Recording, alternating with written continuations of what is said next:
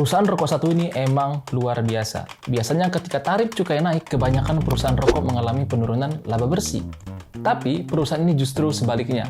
Saat cukai terus naik beberapa tahun terakhir, perusahaan ini justru terus membukukan pertumbuhan yang luar biasa. Bahkan pada kuartal 1 2023, labanya melesat sampai 194% dibanding kuartal sebelumnya, dan tumbuh 31,2% pada kuartal 2. Nama perusahaan ini adalah Wismilak Inti Makmur dengan kode saham WIM. Kinerja yang luar biasa pasti diikuti juga dengan harga saham yang naik. Makanya sejak awal 2022 kemarin, perusahaan ini telah mengalami kenaikan harga saham sampai 400% lebih. Lantas bagaimana ceritanya di saat cukai naik yang merupakan biaya terbesar pada industri rokok justru membuat perusahaan ini terus bertumbuh? Sebelum kita cerita lebih jauh lagi, jangan lupa like, share, dan subscribe.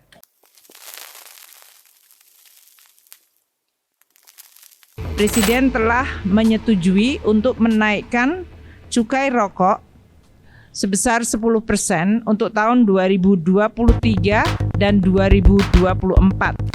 Cukai adalah pajak dosa. Cukai diberikan kepada beberapa produk yang dapat memberikan efek negatif kepada masyarakat. Tujuannya agar masyarakat tidak mengkonsumsi berlebihan untuk sesuatu yang membahayakan kesehatan.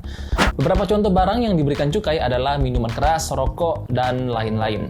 Kenaikan harga cukai akan berdampak pula pada kenaikan harga rokok. Itu pasti, karena cukai memegang proporsi besar pada biaya produksi rokok. Harapannya ketika harga rokok jadi mahal, masyarakat akan mengurangi konsumsi rokok. Apakah hal tersebut ampuh? Nah, di sini kita bakal bahas. Merokok merupakan hal yang lumrah di dunia. Hampir semua kalangan itu merokok, mulai dari orang tua, anak muda, hingga anak kecil, karena begitu luasnya penyebaran rokok di dunia ini. Biarin saya minum, biarin saya merokok. Terus? Itu hak saya kan, Pak. Bukan hak Bapak. Berarti Saya akan coba sedikit cerita sejarah pemasaran rokok hingga bisa mendunia seperti sekarang. Pada tahun 1940, perusahaan rokok merekrut para dokter untuk ngendorse si rokok ini. Bayangkanlah kalian, seorang dokter disuruh ngendorse rokok. Udah nggak ngotak kali emang zaman itu. Jadi para perusahaan rokok saat itu menggunakan slogan, lakukanlah apa yang dokter kalian perintahkan. Sekarang banyak dokter yang merokok Camel. Cigarette do you smoke, Doctor? Once again, the brand named most was Camel. Yes, according to this repeated nationwide survey, more doctors smoke Camels than any other cigarette. Hal itu berdampak membuat masyarakat menganggap bahwa rokok tidak berbahaya. Bagaimana tidak, seorang dokter yang dinilai sebagai pakar kesehatan aja nyuruh kalian ngerokok saat itu. Lalu pada tahun 1950 dan 1960-an, perusahaan rokok mengiklankan produk mereka di TV. Gak cuma sampai di situ, Wak. Mereka pun mengendorse para selebriti ternama dan atlet terkenal untuk membantu mempromosikan si rokok ini. Makanya gak heran saat itu rokok menjadi ikon pria maco, independen, wanita berkelas, dan sebagainya. Kita lanjut pada tahun 1990. Setelah menggunakan dokter, selebriti, dan atlet, perusahaan rokok memperkenalkan rokok agar terlihat ramah pada anak-anak. Mereka memperkenalkan tokoh kartun Joe Camel, kemudian mereka membuat desain rokok yang sangat identik dengan anak-anak seperti rokok berwarna-warni dan memiliki aneka macam rasa. Sebuah produk yang sangat ramah di mata anak-anak kala itu. rokok Camel dulu dipasarkan buat anak-anak loh. Biar aku jelaskan. Balik ke 1987 saat ulang tahun ke-75 Camel, muncul maskot Joe Camel, seorang unta yang merokok untuk merefresh brand Camel. F.J. Reynolds, si pembuat maskot dan kampanye pemasaran Camel, membuat Joe Camel dengan gaya yang elegan serta bad boy gitu karena ditargetkan ke orang dewasa supaya ngubah rokoknya ke Camel. Tapi yang ke-attract malah anak-anak. Mungkin karena kayak kartun gitu kali ya, kayak Mickey Mouse. Pada tahun 2000, perusahaan rokok mulai masuk ke industri olahraga dan beberapa event di acara televisi ternama dengan menjadi sponsor. Di mana beberapa acara mereka mempersiapkan booth rokok gratis untuk para tamu undangannya. Selain itu, nggak heran kalau dulu beberapa klub sepak bola di Indonesia disponsori oleh perusahaan rokok. Di tahun 2010, perusahaan rokok mulai menyelipkan beberapa campaign mereka pada video game. Saat itu hampir 42% video game menyelipkan gambar-gambar rokok di dalamnya. Sekarang kita tahu kenapa merokok menjadi hal yang lumrah hampir di seluruh dunia. Walaupun masyarakat ini tahu efek buruk dari merokok, mereka akan terus merokok. Bahkan beberapa masyarakat menganggap lebih baik tidak makan daripada tidak merokok, Wak. Oleh karena itu, nggak heran kalau Indonesia menduduki top 20 sebagai negara paling banyak menghisap tembakau. Jadi jangan heran, mau dibungkus rokok itu tertulis berbahaya, mau harganya dinaikkan, para perokok akan selalu mencari cara untuk terus merokok. Kecuali mereka benar-benar niat ingin berhenti dari merokok. Contoh faktor keluarga, kesehatan yang semakin buruk, dan lain-lain.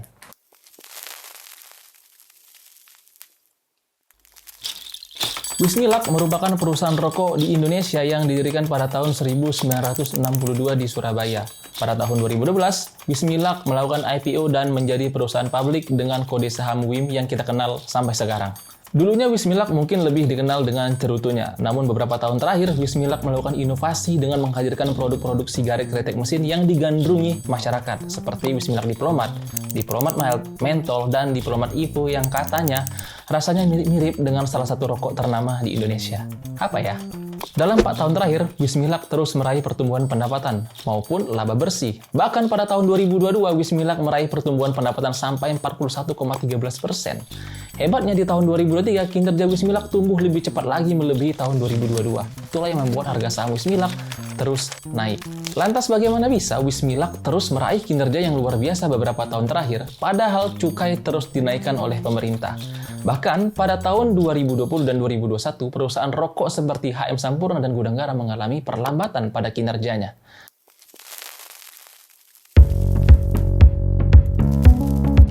Saat pandemi COVID-19, daya beli masyarakat menurun dikarenakan aktivitas ekonomi melambat. Belum lagi berita kenaikan cukai yang menuntut perusahaan harus menaikkan harga jualnya. Oleh sebab itulah, produk yang diluncurkan tahun 2019 kemarin seperti Wismilak Satya dan Diplomat Evo akan diposisikan menjadi produk value for money dengan harga yang murah dan rasa yang bisa diadu dengan produk kompetitor. Strategi tersebut terbilang cerdas. Di tengah lemahnya daya beli masyarakat, konsumen tentu saja akan lebih rasional dalam memilih rokok.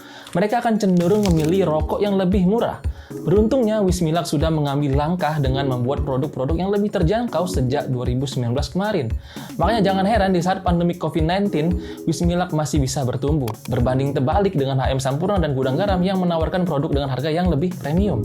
Dan perlu teman-teman ketahui, Diplomat Evo yang merupakan produk baru dari Wismilak menunjukkan perkembangan yang sangat baik, bahkan mendukung penjualan terbesar di tahun 2020. Di mana saat itu terjadi pandemi COVID-19. Kejadian ini menunjukkan terjadi perubahan perilaku dalam pemilihan produk rokok oleh konsumen. Kita lanjut ke alasan berikutnya.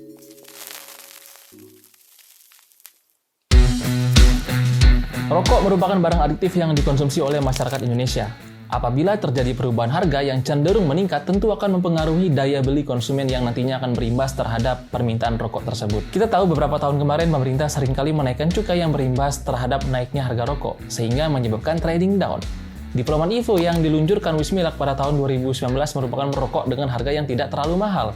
Produk inilah yang berkontribusi cukup besar terhadap naiknya kinerja Wismilak di tengah sentimen naiknya tarif cukai.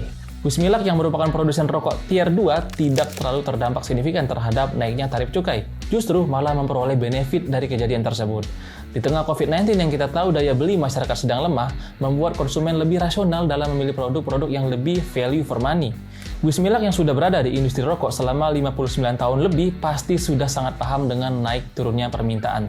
Tentu akan ada masa di mana Wismilak diuntungkan dan ada juga masanya di mana Wismilak juga dalam posisi tidak diuntungkan.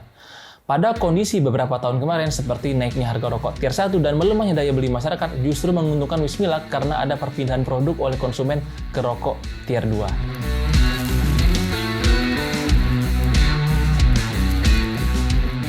Pemirsa, penyidik Subdit Tipikor di Reskrimsus Polda Jawa Timur melakukan penggeledahan dan penyitaan bangunan Geraha Wismilak yang merupakan bekas markas polisi istimewa.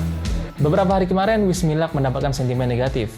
Gedung Wismilak mengalami penggeledahan dan penyitaan oleh Subdit Tipikor di Reskrimsus Polda Jatim karena adanya temuan dan laporan terkait pemalsuan akta otentik hingga dugaan kasus korupsi. Namun, manajemen Wismilak tidak terima atas penyitaan tersebut, karena gedung tersebut telah dibeli pada tahun 1933 secara sah dengan status resmi. Sementara itu, pihak dari Wismilak saat dikonfirmasi melalui pesan WhatsApp hanya memberikan jawaban tertulis dengan menyatakan gedung Geraha Wismilak dibeli secara sah pada tahun 1993 lalu oleh PT Gelora Jaya dengan status sertifikat hak guna bangunan. Jadi gimana menurut teman-teman? Apakah kejadian ini dapat mempengaruhi kinerja Wismilak ke depan dan apa integritas dari manajemen perlu dipertanyakan atas kejadian ini?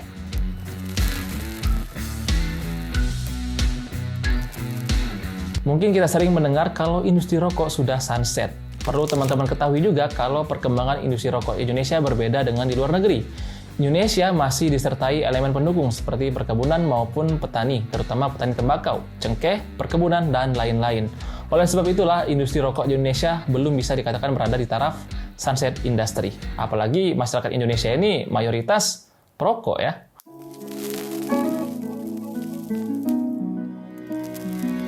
Seperti yang kita tahu juga, tarif cukai terus dinaikkan oleh pemerintah sehingga berdampak dengan naiknya harga rokok. Kejadian ini membuat perusahaan rokok seperti HM Sampurna dan Gudang Garam terus mengalami penurunan kinerja. Tapi berbeda dengan Wismilak. Kenaikan tarif cukai justru menjadi berkah bagi Wismilak dikarenakan konsumen yang lebih rasional dalam membeli produk seperti produk Wismilak dengan merek Diplomat Evo yang menjadi kontributor terbesar dari kinerja Wismilak dikarenakan produk ini memang sangat value for money di tengah naiknya tarif cukai dan menurunnya daya beli masyarakat. Jadi menurut teman-teman, kira-kira apakah Wismilak bisa mempertahankan pertumbuhan kinerjanya ke depan?